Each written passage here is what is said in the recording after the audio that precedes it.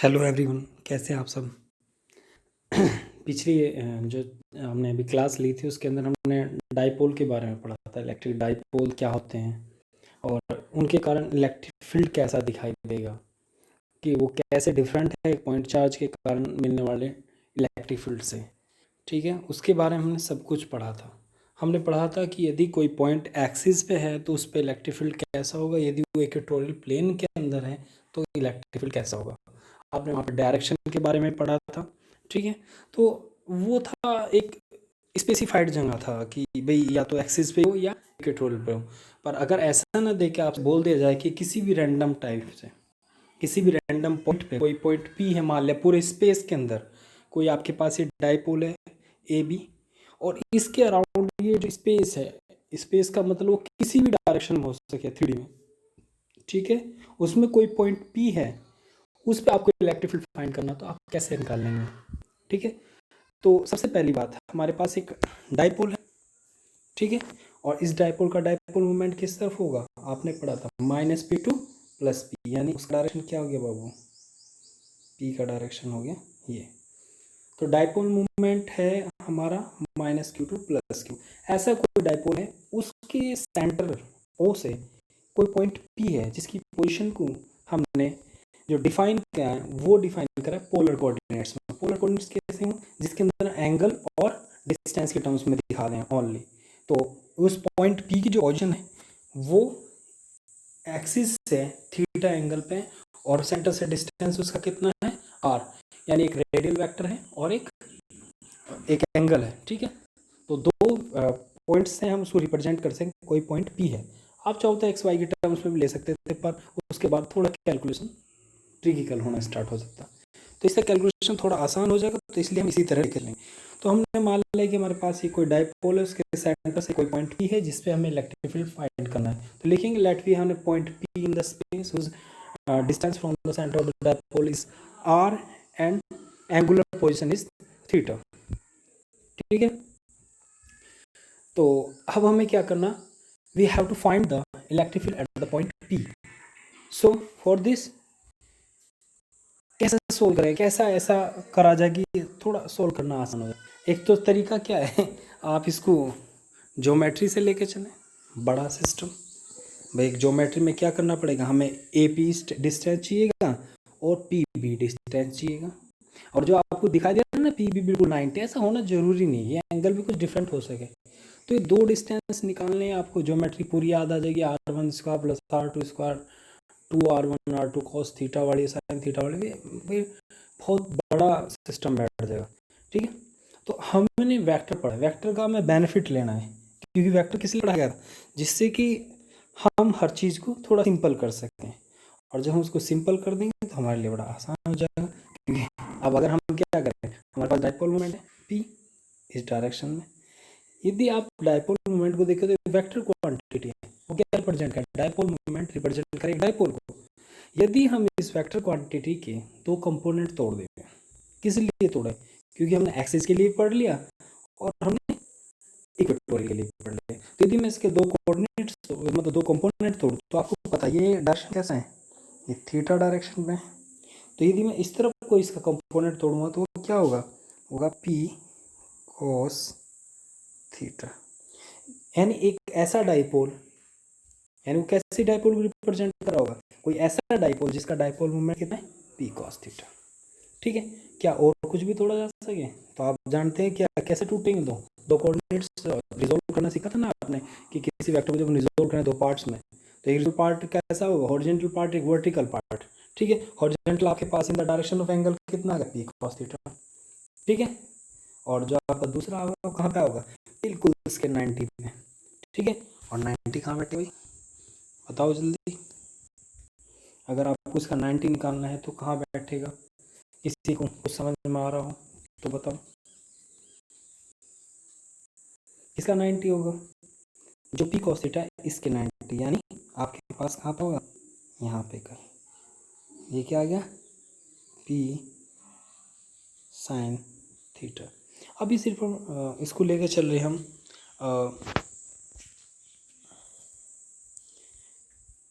सिर्फ अभी तक हम जो डायपोल्स को लेकर चल रहे, जो हम कंपोनेंट्स तोड़ रहे, ठीक है, वो सिर्फ मैग्नीट्यूड लिख रहे, क्योंकि डायरेक्शन अपना आप में शो कर रहा कि एक तो डायपोल किस तरफ आया, जिसका डायपोल मोमेंट का डायरेक्शन क्या है, O2P है, और दूसरा क्या है जो उसके परपेंडिकुलर है, यानी इसका डायपोल मोमेंट कितना है, P sin थीटा है। तो हमारे पास दो डायपोल हो गए, एक डायपोल को हमने दो डायपोल में रिजोल्व कर लिया, ठीक है। रिजोल्व करने का फायदा क्या हुआ कि एक डायपोल दो डायपोल में चेंज हो गया। अब आप ध्यान से देखें, P cos थीटा वाला डायपोल जो है उसके लिए पॉइंट P किस तरफ है, उसके एक्सिस पे है, जबकि P sin थीटा वाले के लिए कहाँ है, इसके इक्वेटोरियल पे। तो काम थोड़ा आसान हो गया।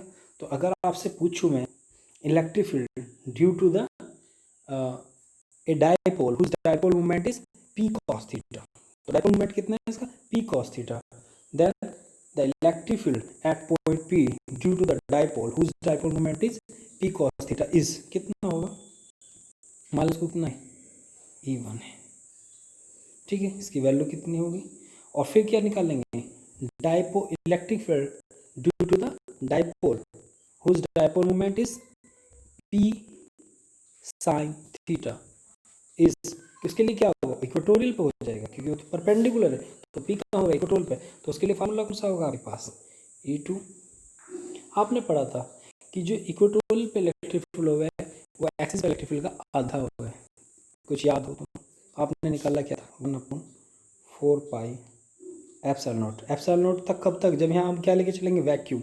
यदि वैक्यूम नहीं ले रहे तो आप यहाँ पे के की टर्म्स में लिखेंगे, तो यहाँ पे आएगा क्या बाबू, dipole moment of an dipole. तो डायपोल मोमेंट कितना है हमारे पास, P cos थीटा अपॉन क्या होगा साथ में, क्या था, 2P, फॉर्मूला था 2P, तो हमारे पास क्या आ गया, P की जगह क्या, P cos थीटा, तो ये 2P cos theta upon distance कितना है R, तो लिख देंगे R², ठीक है। नेक्स्ट, अगर हम इक्वेटोरियल पॉइंट के लिए निकालेंगे तो कितना होगा, 1/4 pi epsilon not P, dipole moment कितना है, P sin theta upon R²। तो हमारे पास दो इक्वेशन आ गई, इक्वेशन ये, एक इक्वेशन ये। डायरेक्शन क्या होगा इलेक्ट्रिक फील्ड का, आपने पढ़ा था, for axis point the direction of electric field is always in the direction of dipole moment. The dipole moment have the direction P cos theta have the direction O2P. So the electric field is, the direction of electric field E1 is O2P. So next O2P.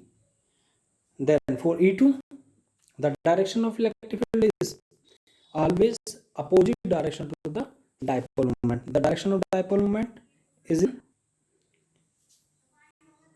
P2C, ठीक है। तो हमारे पास दो direction आ गए, एक क्या आ गया, E1 का डायरेक्शन आ गया और एक E2 का डायरेक्शन आ गया, ठीक है। और दोनों देखो कैसे हैं, जब ये दोनों आपस में परपेंडिकुलर, तो इलेक्ट्रिक फील्ड भी कैसे होंगे, आपस में परपेंडिकुलर होंगे।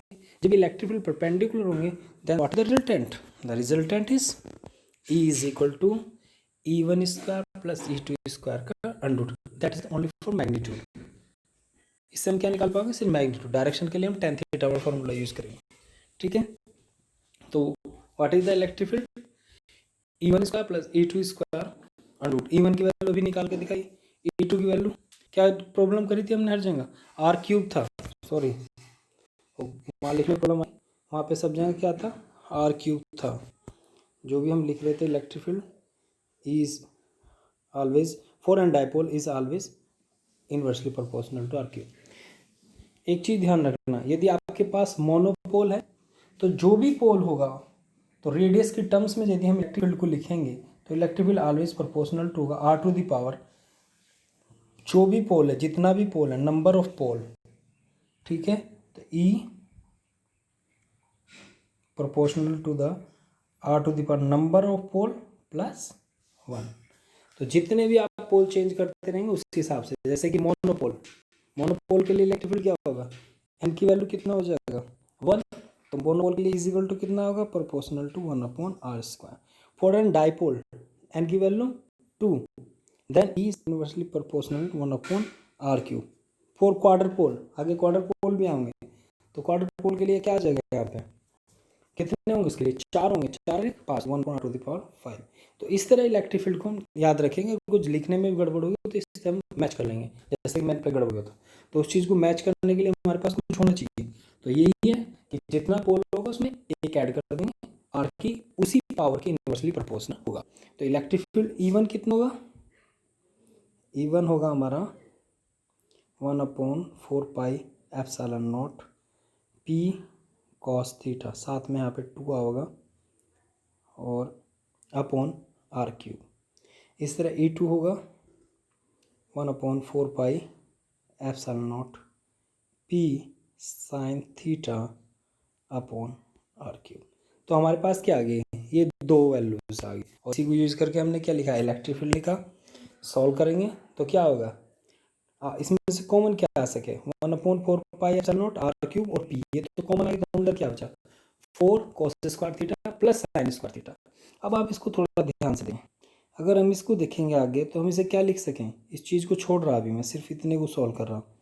तो इसके लिए क्या लिख सकते हैं? 3 cos square theta plus cos square theta plus sine square theta. इसको इस तरह भी तो लिख सकें।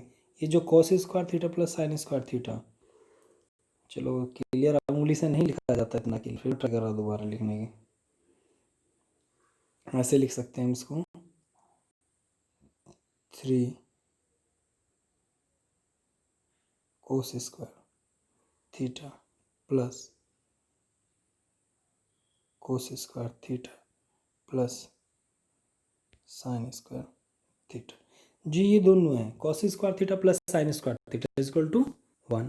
तो ये पूरा 1 हो गया। तो फार्मूला हमारे पास आ गया P/4πε0 R³ 3 cos square theta plus 1। ये कब के लिए है? ये हमारा है जब हम निकाल रहे क्या? Magnitude of electric field. क्या इतने से काम हो जाएगा? इलेक्ट्रिक क्या है? Vector quantity. तो हमें क्या चाहिए? डायरेक्शन चाहिए। तो डायरेक्शन के लिए हम क्या करेंगे? आपने पढ़ा था फॉरेन डायरेक्शन। चलिए अभी आपको दिखाते हैं। यहाँ पे कितना डायरेक्शन, या तो आप कैसे लेंगे? जो डायरेक्शन है ओडी उससे लेंगे एंगल, या फिर जो भी आपका सीपी है उससे लेंगे एंगल। तो ओडी से लेना थोड़ा अच्छा है। तो जो भी एंगल होगा कैसे बता सकते हैं किस डायरेक्शन में होगा इलेक्ट्रिक फील्ड। ठीक है। तो यदि हम अल्फा के टर्म्स में लें then tan alpha is equal to, आपने पढ़ा था क्या हो tan अल्फा? यदि दो वेक्टर दिए गए हैं उनका जब रिजल्टेंट निकाल लेते तो रिजल्टेंट के लिए जो एंगल निकाला जाता था तो वो कैसे निकालते थे? tan बीटा की फॉर्म में लिखते थे आप। तो tan अल्फा इक्वल टू कितना होगा? यहाँ पे होगा वहाँ पे क्या था? सेकंड वेक्टर, यानी जब आप डायरेक्शन किससे निकाल रहे? यदि E1 से निकाल रहे तो E2 को लेंगे और E2 से निकाल रहे तो E1 को लेंगे। ठीक है ना। यहाँ पे क्या होगा? आपके पास क्या होगा? E2 शाइन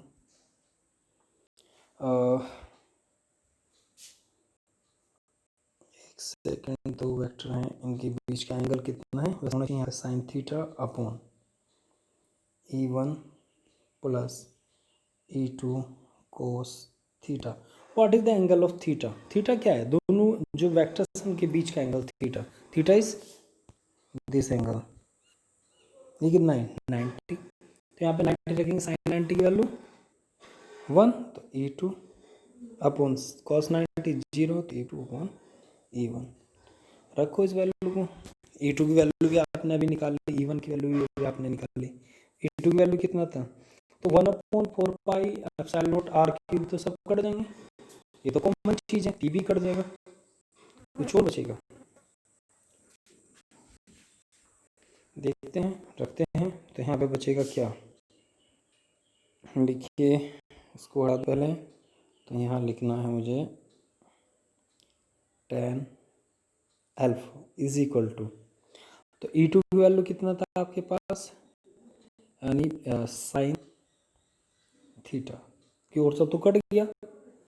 और E1 में क्या बचा? 2, क्योंकि तो 2 एक्स्ट्रा था और साथ में cos थीटा, यानी आपसे लिख सके 1/2 tan थीटा।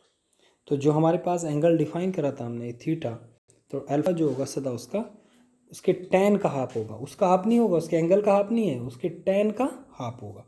तो इस चीज़ को आप याद रखेंगे। तो आप क्या लिखेंगे सर? tan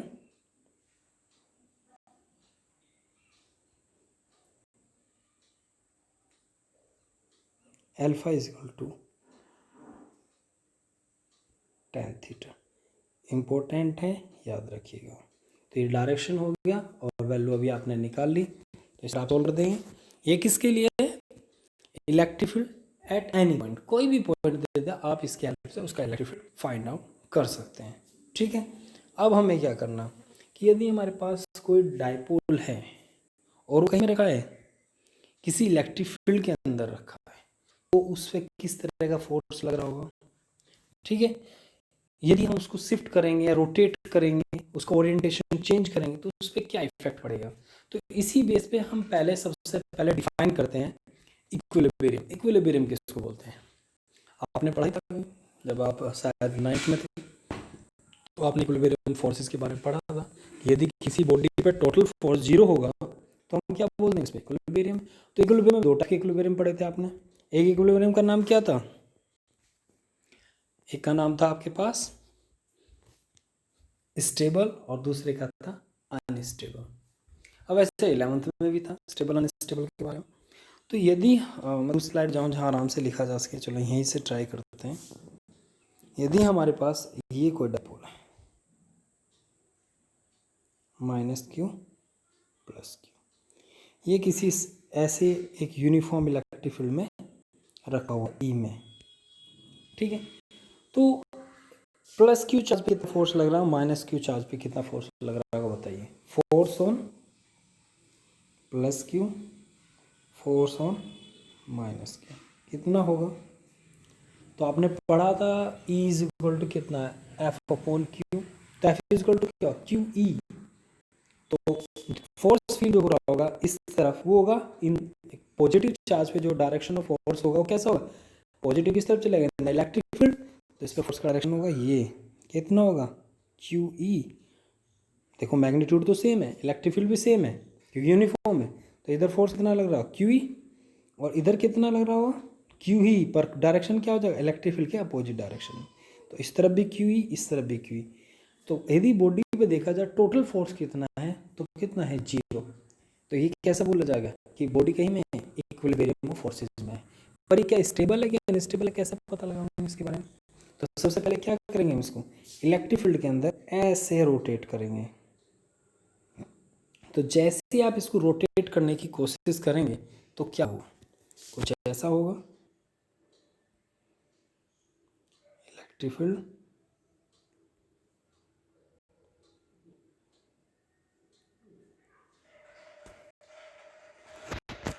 डाइपोल आपने यहाँ घुमा दिया, इस तरफ -q आ गया और इस तरफ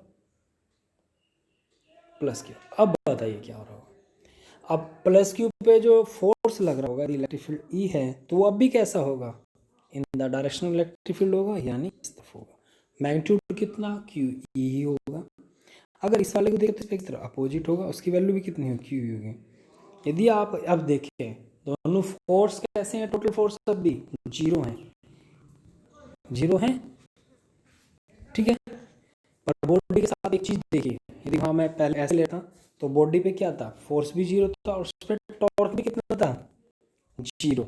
क्योंकि उनकी लाइन ऑफ एक्शन कैसी थी, यदि यदि किसी बॉडी पर टोटल फोर्स काम कर रहा हो और उनकी लाइन ऑफ एक्शन सेम हो, तो उसे इक्विलिब्रियम में बोला जाए। मैकेनिकल इक्विलिब्रियम में ना, नहीं उसके ना तो क्या होता, अनबैलेंस फोर्स होते और ना ही उस पर कोई टॉर्क होता, या ना ही उसके अंदर कोई रोटेशनल फैक्टर होता। तो अब बॉडी पर टोटल फोर्स कितना है, 0। बॉडी फोर्स तो 0 है, पर लाइन ऑफ एक्शन कैसी है फोर्स की, एक लाइन ऑफ एक्शन ये है और एक लाइन ऑफ एक्शन ये है। तो दोनों की लाइन ऑफ एक्शन कैसी होगी, डिफरेंट डिफरेंट होगी। जब दोनों फोर्स की line of action different different होगी तो क्या करेंगे, बॉडी को रोटेट करने की कोशिश करेंगे, यानी बॉडी पे क्या लगेगा, टॉर्क लगेगा। तो जब भी हम किसी भी डायपोल का इलेक्ट्रिक फील्ड के अंदर ओरिएंटेशन चेंज करेंगे तो उस पर क्या लगेगा, एक टॉर्क लगेगा, ठीक है। अब कैसे, जैसे मैं पहले बता रहा था एक चीज़ के बारे में कि कौन सा इक्विलिब्रियम बैलेंस स्टेबल है और कौन सा अनस्टेबल, पहले वो क्लियर कर दे। तो जैसे ही मैंने इसको ऐसे रोटेट करा था, चलो अब की बार इलेक्ट्रिक फील्ड अलग रंग का बन गया, कोई बात नहीं।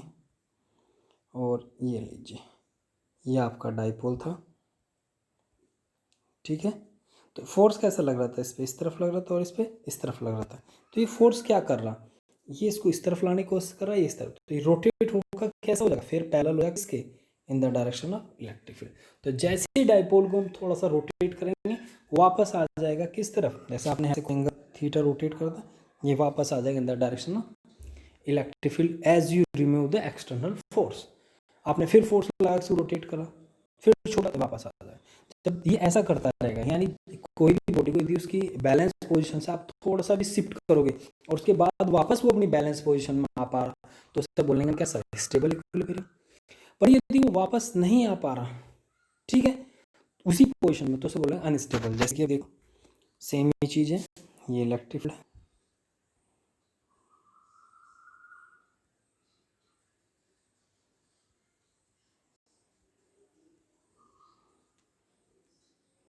ये आपके पास डाइपोल है। अब की बार थोड़ा ध्यान दे देगी, इस तरफ मैंने रख दिया प्लस क्यू और इस तरफ रख दिया माइनस क्यू। अब की बार फोर्स कैसा लग रहा होगा, इस पे फोर्स कहाँ होगा, इस तरफ अपोजिट डायरेक्शन ऑफ इलेक्ट्रिक, इस पे कहाँ होगा, इस तरफ opposite direction of electric. Total force 0। अभी बॉडी के ऊपर टोटल फोर्स कितना है, 0, ठीक है, यानी बॉडी तो अभी बैलेंस में। पर यदि हम देखना चाह रहे हैं कि बैलेंस कैसा है, स्टेबल है कि अनस्टेबल है, तो हम क्या करेंगे, इसके ओरिएंटेशन को चेंज करेंगे। तो जैसे ही हमने ओरिएंटेशन चेंज करा, ठीक है, जैसे हम ओरिएंटेशन चेंज करेंगे, देखना क्या होगा, हमने ओरिएंटेशन चेंज कर दिया, ए लो जी, इस तरफ हम क्या लाए, प्लस क्यू, इस तरफ माइनस क्यू। तो ये फोर्स इस तरफ लगेगा, ये फोर्स इस तरफ लगेगा। ये फोर्स क्या करेगा, इसको क्या वापस उसी पोजीशन में लाना है, पूरा घुमा देगा। तो कैसा करेगा, ये ऐसे रोटेट करेगा और अब की बार जो ओरिएंटेशन बनेगा, माइनस क्यू इस तरफ आ जाएगा और प्लस क्यू इस तरफ, जबकि हम इनिशियली लेकर चले गए थे कैसे, प्लस क्यू इस तरफ और माइनस क्यू इस तरफ। यानी ये पहले जैसा नहीं आया, इसने अपने ओरिएंटेशन को बिल्कुल चेंज कर दिया। यानी जैसे हम इसकी मेन पोजीशन से इसको थोड़ा सा भी शिफ्ट करें तो एकदम ही क्या चला जाए, अपने स्टेबल पोजीशन की तरफ चला जाए, ठीक है। तो ये जो इक्विलिब्रियम था ये अनस्टेबल था। तो जैसे ही हम बॉडी का ओरिएंटेशन चेंज करें तो उस पर एक फोर्स लगे, ठीक है, फोर्स तो दोनों कंडीशन लगे पर उनकी लाइन ऑफ एक्शन डिफरेंट हो जा, ठीक है। तो जिसके कारण वो क्या फील करे, एक टॉर्क फील करे, जो से रोटेट करके क्या कोशिश करता रहे, हर बार लाने की कोशिश करता रहे इन the direction of electric field. जब भी इलेक्ट्रिक फील्ड के अंदर किसी डाइपोल को रखा जाएगा, उसके ओरिएंटेशन को चेंज करा जाएगा, तो उस पर एक टॉर्क काम करेगा जो उसे ऑलवेज कोशिश करेगा रखने की इन the direction of electric field, ठीक है। तो हम उसी टॉर्क को कैलकुलेट करेंगे, वो टॉर्क कितना होगा और उसी टॉर्क के बारे में बात करेंगे। टॉर्क कौन है, electric dipole in uniform electric field. यदि इलेक्ट्रिक फील्ड यूनिफॉर्म नहीं है तो टॉर्क तो जब भी काम करेगा, पर उस टाइम में उस पर एक रिजल्टेंट फोर्स भी काम करेगा। जिस तरफ इलेक्ट्रिक फील्ड स्ट्रॉन्ग होगा उधर ज़्यादा फोर्स होगा, जिस तरफ इलेक्ट्रिक फील्ड कम होगा उधर कम फोर्स होगा, तो रिजल्टेंट फोर्स भी आ जाएगा। अब तक रिजल्टेंट फोर्स कितना है, यदि यूनिफॉर्म है तो 0, पर टॉर्क 0 नहीं होगा। तो जब भी आप किसी बॉडी को रोटेट करेंगे या ओरिएंटेशन चेंज करेंगे इन द इलेक्ट्रिक फील्ड, तो उस पर टॉर्क लगेगा जो से ऑलवेज को अलाइन करने की कोशिश करता रहेगा टूवर्ड द इलेक्ट्रिक फील्ड, ठीक है। तो इस कंडीशन में क्या होगा, बॉडी पे जो टोटल रिजल्टेंट फोर्स 0 होगा तो कोई ट्रांसलेशन मोशन नहीं करेगी, वो कैसा मोशन करेगी, रोटेशनल मोशन करेगी, ठीक है। और इस कपल ऑफ फोर्स के कारण जो रोटेशन मोशन करा, जिसके कारण उन्होंने टॉर्क फील करा, उस टॉर्क को हम कैलकुलेट करेंगे। तो टॉर्क कैलकुलेट करने के लिए हमें क्या चाहिए, यदि हमारे पास ये डायपोल है, उसका क्या है, उसकी लेंथ 2L है, ठीक है। हमारे पास डायपोल है जिसकी लेंथ 2L है, एक माइनस क्यू चार्ज एक प्लस क्यू चार्ज, इसको हम रोटेट कर दें इलेक्ट्रिक फील्ड के साथ किसी एंगल थीटा पे। जैसे हमने रोटेट करा तो अब इस पर कितना टॉर्क लग रहा होगा, तो टॉर्क के लिए हमें क्या चाहिए, एक तो फोर्स चाहिए, फोर्स की वैल्यू सबको पता कितनी है, F=QE, और साथ साथ में क्या चाहिए, परपेंडिकुलर डिस्टेंस चाहिए between the line of action of two forces. जो दो पैरेलल फोर्सेस हैं उनकी जो लाइन ऑफ एक्शन के बीच का जो परपेंडिकुलर डिस्टेंस है वो हमें चाहिए। तो परपेंडिकुलर डिस्टेंस कैसे निकालेंगे, ये लीजिए भैया, ये है हमारे पास परपेंडिकुलर डिस्टेंस, ठीक है। तो जैसे मैं दिखाऊं, हमें क्या चाहिए,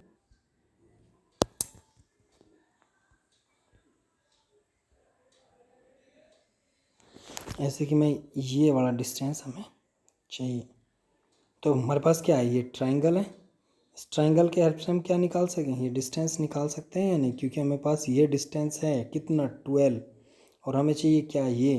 तो हमारे पास क्या है, एक तो परपेंडिकुलर है और एक हमारे पास क्या हाइपोटेन्यूस है। तो इसके हेल्प से हमें क्या निकालना, परपेंडिकुलर डिस्टेंस निकालना।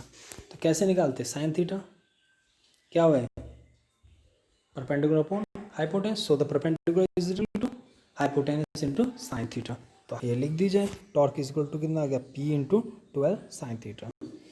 अब आपने देखा Q इंटू 12 को यदि एक तरफ ले लें हम, यदि इस वाली कैलकुलेशन में हम ध्यान दें तो हमारे पास क्या है, Q इंटू 12 और साथ में E साइन थीटा। ठीक है, तो Q इंटू 12 को हम क्या लिख सकें, P लिख सकें, बचा क्या है, E साइन थीटा। तो हमारे पास जो टॉर्क आया वो कितना है, ये टी नहीं है, टो होगा, टो ऐसा। ठीक है, और यदि वेक्टर टर्म्स में, क्योंकि टॉर्क एक वेक्टर क्वांटिटी है, ऐसे लिख देंगे। ठीक है, टॉर्क इज इक्वल टू कितना होगा वो, P साइन थीटा। ठीक है, और आपने पढ़ा था एक चीज़ कि वेक्टर टर्म्स में कैसे रिप्रेजेंट करें, तो P साइन थीटा को क्या लिख सकें, P क्रॉस E। तो टॉर्क इज इक्वल टू कितना होगा, P क्रॉस E। ठीक है, तो अब इसने क्या बोलना, direction of torque is perpendicular. तो उन्हें पूछा टॉर्क का डायरेक्शन क्या होगा, आपने वेक्टर कैलकुलेशन में पढ़ा था, यदि आपके पास दो वेक्टर है कोई और उनका क्रॉस मल्टीप्लाई है, तो जो क्रॉस मल्टीप्लाई के बाद जो न्यू वेक्टर मिलेगा उसका क्या होगा, उन दोनों वेक्टर को कंटेन करने वाला जो प्लेन है उसके परपेंडिकुलर हो। तो यहाँ प्लेन कौन कंटेन कर रहा, P और E कंटेन कर रहा, तो टॉर्क सदा क्या होगा, इसके परपेंडिकुलर होगा, यानी कि जो पेज है इसके अपवर्ड या डाउनवर्ड, और डिपेंड करेगा रोटेशन किस तरफ है। ठीक है, यदि एंटी क्लॉकवाइज है तो अपवर्ड और क्लॉकवाइज है तो डाउनवर्ड। ठीक है, यूनिट ऐसा यूनिट आप निकाल ही सकते हैं। स्पेशल केसेस में क्या है, यदि वो पैरेलल है यानी थीटा की वैल्यू कितनी है, 0 है, तो उस पर टॉर्क कितना होगा, 0 होगा। ठीक है, पर यदि वो 180 पे है तो इस पर टॉर्क कितना होगा, 0 होगा। पर जब वो कितने पे, थीटा इक्वल टू 0 पे है, तो जब ये स्टेबल इक्विलिब्रियम में होगा, जब 180 पे होगा तो अनस्टेबल इक्विलिब्रियम में होगा। पर यदि वो 90 पे है, 90 कंडीशन आ गई और वो खड़ा हो गया भैया यहाँ पे ऐसे, तो उस पर एक फोर्स इस तरफ लग रहा होगा और एक फोर्स इस तरफ लग रहा होगा। और आपको पता साइन थीटा की वैल्यू मैक्सिमम किसके लिए हो, 90 के, तो टॉर्क भी मैक्सिमम किसके लिए होगा, 90 के लिए। तो मैक्सिमम टॉर्क कब हो, जब वो परपेंडिकुलर डायरेक्शन में होगा। ठीक है, तो इसके हेल्प से हम क्या निकाल सकें, किसी भी डाइपोल पे लगने वाले फोर्स के बारे में निकाल सकें। तो अब अगर हमारे पास कोई डाइपोल है और किसी पोजीशन में हमने पहले शिफ्ट कर रखा, जैसे थीटा पोजीशन पे है था वो, या थीटा पोजीशन पे था, थीटा 1 पे था, कितने पे भी हम बोलो, मैंने मान लिया कि थीटा पोजीशन पे था यहाँ पे, अब मैंने उसको थोड़ा सा डी थीटा रोटेट करा, तो मैंने कितना काम करा होगा, वर्क डन। तो वर्क डन कैसे निकाल लेंगे आप, छोटा सा रोटेशन में कितना वर्क डन होगा, आपने पढ़ा था work done against an torque, की चीज़ को रोटेट करने में कितना वर्क डन करना पड़े, तो क्या होगा, डी मतलब डब्ल्यू इज इक्वल टू, छोटा सा काम निकाले तो D W is equal to torque into angle rotation, कितना एंगल हमने रोटेट करा, कितना करा, डी थीटा। फिर टॉर्क की वैल्यू रख देंगे तो कितनी आ जाएगी, P sine theta D theta. ठीक है, अगर मुझे टोटल वर्क डन निकालना, उसको इनिशियल पोजीशन से किसी फाइनल पोजीशन तक लेके गए, जैसे आप थीटा 1 से थीटा 2 लेके गए या 0 से किसी थीटा तक लेके गए, तो उसी हिसाब है, एक थीटा 1 से थीटा 2 ले गए तो यहाँ पे क्या लिखेंगे, इंटीग्रेशन थीटा 1 से theta P sine theta D theta. अब आप चीज देखो, पी कांस्टेंट ई कांस्टेंट यूनिफॉर्म के लिए, ये तो कॉमन आ जाएंगे, तो अंदर क्या बचा, साइन थीटा डी थीटा। और साइन थीटा डी थीटा का इंटीग्रेशन करेंगे तो साइन के लिए क्या होगा, याद रखिए, साइन के लिए आएगा हमारे पास माइनस कॉस थीटा। ठीक है, तो माइनस कॉस थीटा रखेंगे, यहाँ पर आ जाएगा आपके पास, ये आ गया पी बाहर आ गया। ठीक है, ये देखिए मैग्नीट्यूड है यहाँ पे, ध्यान रखिए क्योंकि वर्क डन निकाल रहे हैं हम सिर्फ, तो यहाँ आ गया P minus cos theta, limit कहाँ होगी, थीटा 1 टू थीटा 2, तो रख लो भैया, पहले अप वाली फिर लो वाली, तो इसके लिए आ जाएगा P cos theta 1 minus cos theta 2। ठीक है, तो इसके हेल्प से आप क्या निकाल सकें, वर्क डन निकाल सकते हैं।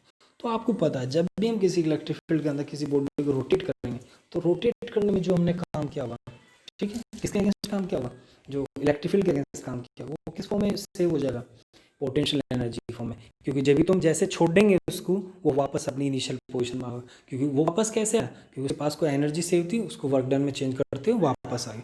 यानी जो भी हमने एक्सटर्नल वर्क उस पर किया था उसी वर्क को वापस देता हुआ क्या जाएगा, अपनी इनिशियल पोजीशन में आएगा। तो जितना वर्क डन हमने करा होगा वही क्या होगा, पोटेंशियल एनर्जी। अब हमने किस चीज़ के लिए, मान लिया उसको वो इस कंडीशन में था, थीटा इज इक्वल टू, वो थीटा इज इक्वल टू 0 वाली कंडीशन में था। कलर चेंज करो यार,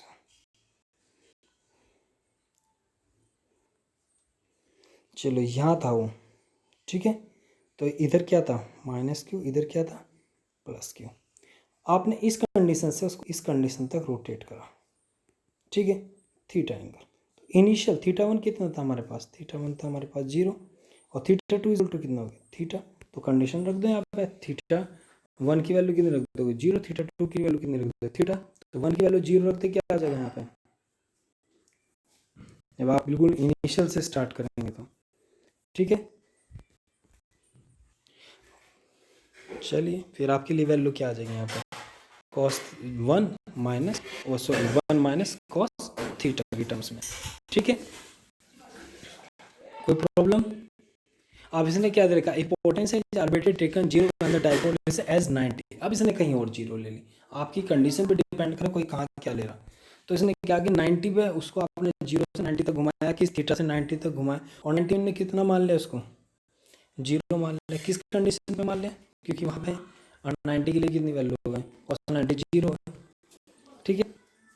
तो पोटेंशियल एनर्जी को इसने 90 पे यदि 0 मान लिया, तो आप किसी भी एंगल थीटा पे जो उसकी एनर्जी होगी आप उसको क्या कर सकें, फाइंड कर सकते हैं, ठीक है। आपने 0 पे उसकी पोटेंशियल एनर्जी 0 मान रखी, तो उसके हिसाब से भी आप उसको काउंट कर सकें, ठीक है। तो इसलिए आप एनर्जी निकाल सकते हैं स्टेबल के लिए भी, अनस्टेबल के लिए भी, ठीक है। फिर भी इस टॉपिक को एक बार मैं दोबारा पढ़ाऊँ आपको थोड़ा सा पोटेंशियल एनर्जी के बारे में, ठीक है। अब बात हम कर रहे कि पोटेंशियल एनर्जी के बारे में, पोटेंशियल एनर्जी कहाँ 0 है, तो वो डिपेंड करेगा, क्योंकि पोटेंशियल एनर्जी कहीं भी 0 नहीं होता किसी चीज़ का, उसको हमें एक फिक्स पॉइंट मान लेना पड़े, और उसी की रेस्पेक्ट में सदा पोटेंशियल एनर्जी डिफरेंस को देखते हैं, ठीक है। तो हमने जो यहाँ पे माना कि जो 90 एंगल है उसको हमने 0 माना, तो उस बेस पे यदि हम पोटेंशियल एनर्जी दिखाएंगे जब वो 0 पे होगा तो कितनी होगी, पोटेंशियल एनर्जी होगी कितनी, माइनस पी। वो कैसी होगी, स्टेबल इक्विलिब्रियम। यानी आपको पता होगा स्टेबिलिटी के लिए पोटेंशियल एनर्जी नेगेटिव है, जबकि अनस्टेबिलिटी के लिए पोटेंशियल एनर्जी कैसी हुआ है, पॉजिटिव, ठीक है।